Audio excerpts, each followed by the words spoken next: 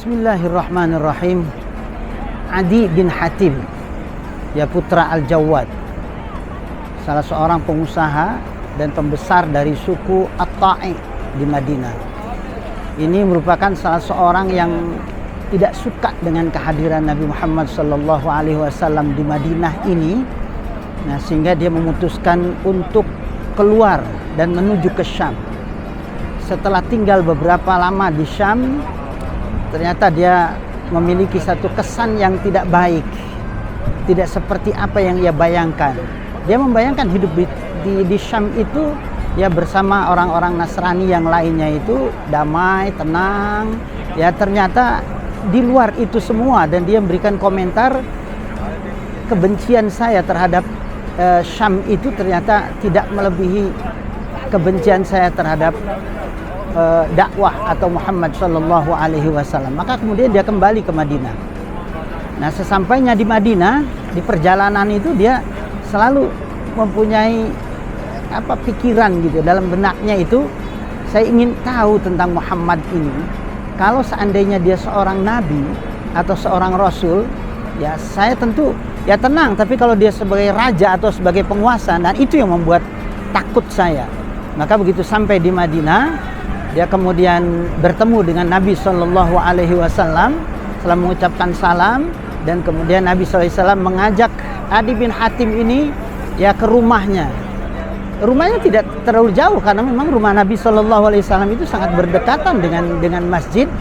Ya, lalu di tengah jalan, artinya di jalan menuju ke rumah ini, dia bertemu dengan seorang wanita tua, dan kemudian wanita ini mengajukan banyak pertanyaan dan dijawab dengan penuh kesabaran. Adi bin Hatim di dalam hatinya mengatakan, ini bukan raja, ini bukan penguasa. Ya, ini merupakan seorang yang sangat-sangat perhatian kepada masyarakatnya.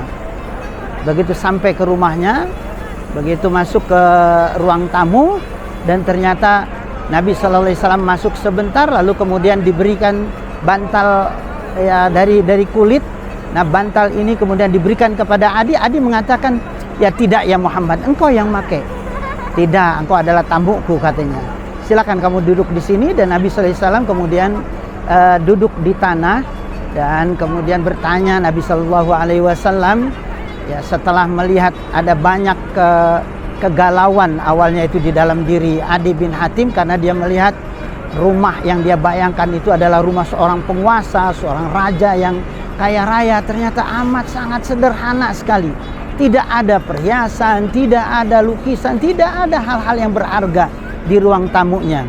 Kemudian dia bertanya, Adi, ya, apa agamamu? Saya Nasrani. Ya. Dari suku apa kamu? Dari suku Ta'i. Adi, di kalangan suku Ta'i itu, ya saya tahu dan saya mendengar bahwa suku Ta'i ini selalu mengambil 1/4 dari harta rampasan atau dari ghanimah.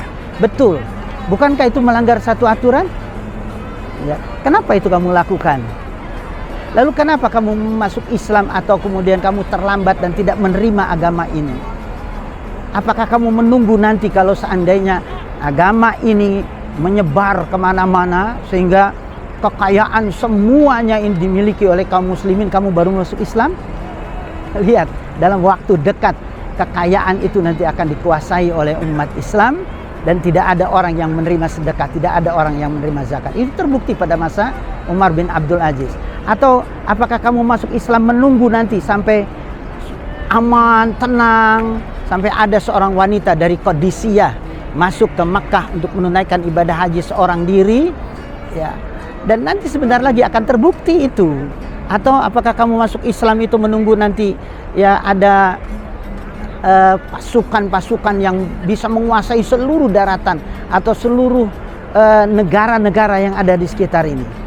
Nanti dalam waktu dekat Istana Putih akan dikuasai oleh umat Islam. Ya, kerajaan-kerajaan nanti akan dikuasai oleh umat Islam. Dan itu terbukti pada masa Umar Ibn Khattab radhiyallahu an.